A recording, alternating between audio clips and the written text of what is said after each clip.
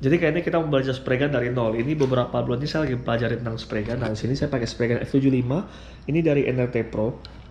Ini beberapa bulan ini saya lagi belajar tentang cara menggunakannya, cara settingnya, dan juga cara pengaplikasian seperti apa. Lalu di beberapa komponen ini apa aja harus disetting, lalu jenis-jenisnya apa aja. Dan di sini saya pakai F75. Ini basic ya, ini basic sekali, spray gun basic yang dipakai oleh beberapa bengkel ataupun rata-rata bengkel tuh pakai yang seperti ini F75 karena harganya murah.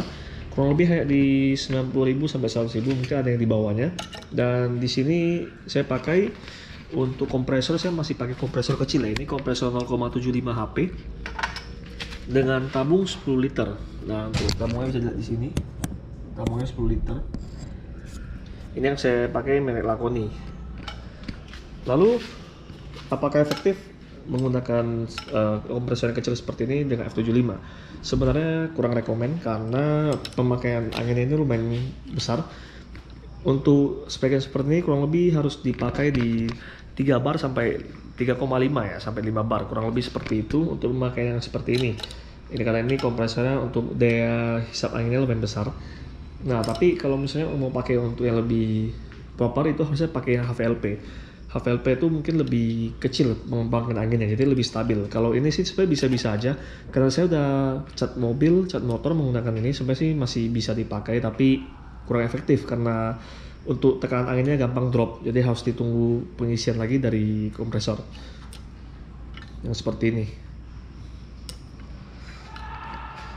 Lalu perbedaannya apa dengan HVLP? HVLP itu high volume low pressure, jadi pemakaiannya ketika kita nggak usah menggunakan tekanan angin yang besar, tapi untuk spraynya itu bisa lumayan besar, lumayan deras spraynya.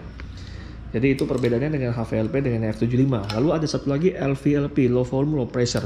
Low volume low pressure itu maksudnya gimana? Low volume low pressure itu volume yang di penghisapan anginnya kecil, daya hisap anginnya kecil, untuk tembakannya juga kecil, nggak terlalu besar gitu. Dan benar itu diklaim bisa kurang lebih 70-80% efektivitas dari pengecatan. Jadi sekali dicat itu kurang lebih bisa daya rekat dari catnya itu bisa sampai kurang lebih 70-80%. Jadi mungkin 20-30% itu terhembus angin. Dan itu katanya lebih efektif, lebih hemat, dan juga lebih hemat bahan ya, lebih tepatnya. Dan itu yang saya pelajari untuk spray gunnya. Nah, jadi yang sekarang kita mau bahas tentang spray gun ini, itu cara settingannya seperti apa. Mungkin yang masih baru belajar, ini kita mulai dari nol ya. Kita mulai dari pemahaman paling dasar kita pelajari. Ya di sini kita saling sharing ya, karena kebetulan saya juga baru belajar, jadi saya mau sharing juga apa yang saya tahu. Mungkin banyak juga yang masih awam, yang masih newbie dalam hal ini pasti bingung juga. Mungkin hanya tahu semprot-semprot aja, cuma tahu pakai trigger, cuma tekan-tekan. Tapi sebenarnya nggak seperti itu. Kita harus pelajari lagi di beberapa hal ini. Nah, yang pertama kita lihat di sini ada settingannya. Ini settingannya namanya inlet. Itu untuk settingan anginnya. Settingan input dari kompresor ke sini. Ini bisa disetting. Untuk besar kecil angin di sini kita settingnya. Oke. Lalu di sini ada adjuster untuk bagian cat. Ini ada cup catnya. Jadi ini adjusternya untuk besar kecil cat yang mau dikeluarkan.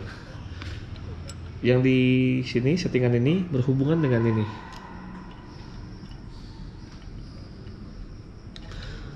Dan berhubungan dengan trigger juga. Semakin kita kunci, ini kunci full. Triggernya nggak bisa ditekan, ya nggak bisa ditekan. Semakin kita longgarin, triggernya bisa ditekan, tapi ada batas. Kita full kan, kita longgarin sampai habis. Oke, ini full. Jadi kalau misalnya dalam pengecatan kita tekan full, catnya bakal keluar langsung dari cup. Lalu di sini di atasnya ini biasa ada yang di sini, ada yang di sini ya. Untuk ini gunanya untuk spray white, untuk lebarin dan sempitkan bagian pengecatan area pengecatannya. Jadi pakai ini settingannya. Lalu kita lihat juga di depan sini ada namanya nozzle cap. Nozzle cap ini ada beberapa ada beberapa lubang yang bisa kita lihat. Yang pertama yang di tengah seperti ini, lalu di samping yang di tanduk. Perbedaannya apa? Yang di tengah ini gunanya apa? Yang di samping ini gunanya apa? Jadi kita jelasin sedikit. Untuk yang masih awam, yang masih basic ya. Mungkin kalau yang udah senior itu mungkin bisa bantu terangkan lagi. Kalau misalnya ada yang kurang, ada yang kurang, bisa dibantu diterangin, bisa dijelasin lagi lebih detail. Ini karena ini yang saya tahu, jadi saya akan jelasin dulu basic-basicnya. Yang tengah ini ada namanya untuk tengah ini fungsinya itu untuk atomisasi. Ini lubang untuk atom atau lubang untuk pemecah partikel cat. Jadi di sini bisa dilihat. Ini tergantung, ada beberapa, ini titiknya cuma 4, ada beberapa yang titiknya lumayan banyak. Dan itu berpengaruh ke hasil cat. Biasanya untuk penggabutan kita sebutannya. Penggabutan itu biasa di sini.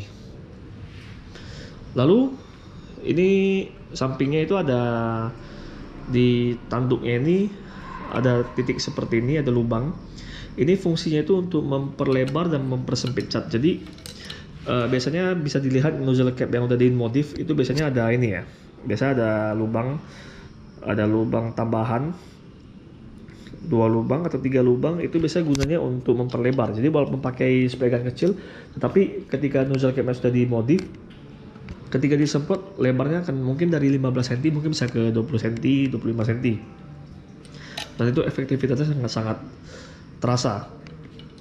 Karena saya lihat di marketplace ada beberapa spray gun yang sudah dimodif dan hasil semprotannya padat dan juga lebih bagus, lebih lebar.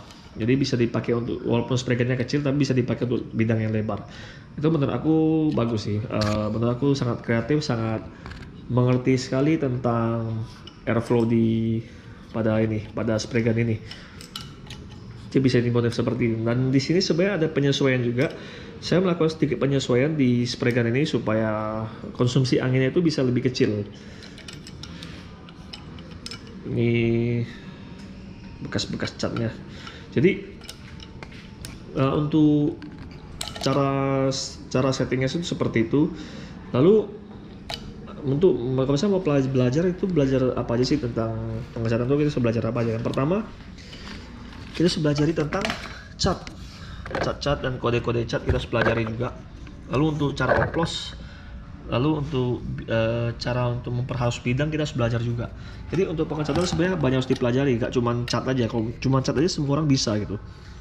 Jadi kita harus pelajari banyak sekali hal yang harus kita ngerti ya. Contohnya kayak misalnya ada bidang yang mungkin kurang rata, gimana cara kita ratainya? Misalnya di sini ya. Sini kemarin sih sebenarnya kurang rata ya. Ini mungkin kemarin ada bidang yang kurang rata, jadi ini udah aku tempul. Ini hasilnya sekarang udah oke sih. Ini masih belajar juga, jadi banyak sekali yang harus dipelajari. Apalagi kalau misalnya memang mau fokus di bidang ini, mau mungkin make money dari sini, bisa pelajari lebih banyak. Nah, ini sekedar sharing-sharing aja. Semoga sih dari video ini bisa bantu ya, bisa membantu kalian semua yang mungkin masih baru belajar spray, masih baru belajar pengecatan atau painting. Ini semoga sih bisa bermanfaat untuk kalian semua, karena ini hobi baru saya nih. Karena semuanya saya melakukan ini ya, setting-settingan motor, lalu perbaiki motor. Dan kemarin sih pernah dapat beberapa project kecil aja. Dan sekarang mau belajar tentang bidang untuk body repair dan juga pengecatan. Ya paling untuk ini seperti itu dulu. Lalu satu hal lagi, ketika pengecatan harus ingat bahan-bahan yang mau kita gunakan, bahan-bahan apa aja.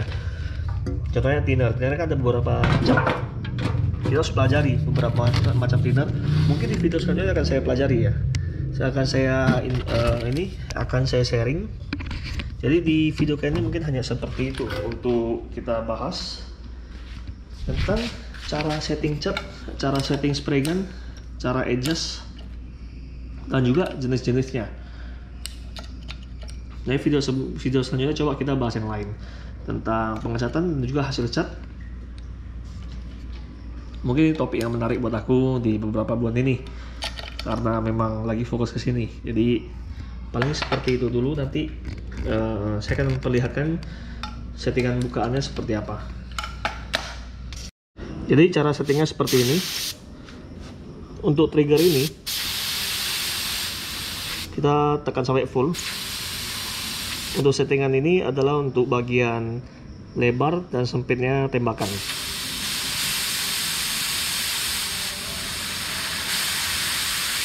Ini lebar paling maksimalnya segini.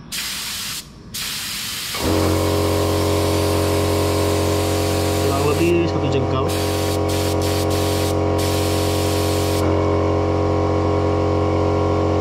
Lalu yang bagian ini untuk bagian kedua, ini untuk cat.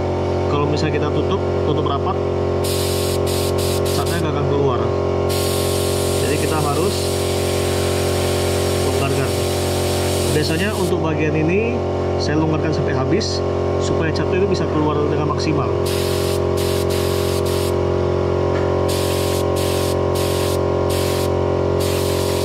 Biasanya ini yang saya setting. Lalu settingan terakhir yang ada di input dari angin. Input dari angin pusat kita coba setting juga. Ini kita tutup rapat, anginnya nggak akan keluar air. Kita longgarkan.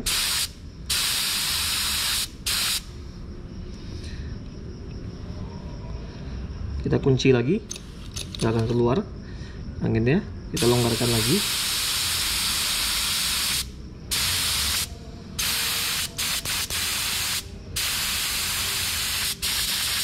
Kurang lebih cara settingan untuk F75 NRT Pro seperti itu. Nah, kalau misalnya dari kalian yang masih bingung bisa tanya di deskripsi di kolom komentar. Mungkin yang masih bingung, kalau yang udah ngerti bisa coba dipraktekkan. Semoga bermanfaat untuk kita semua.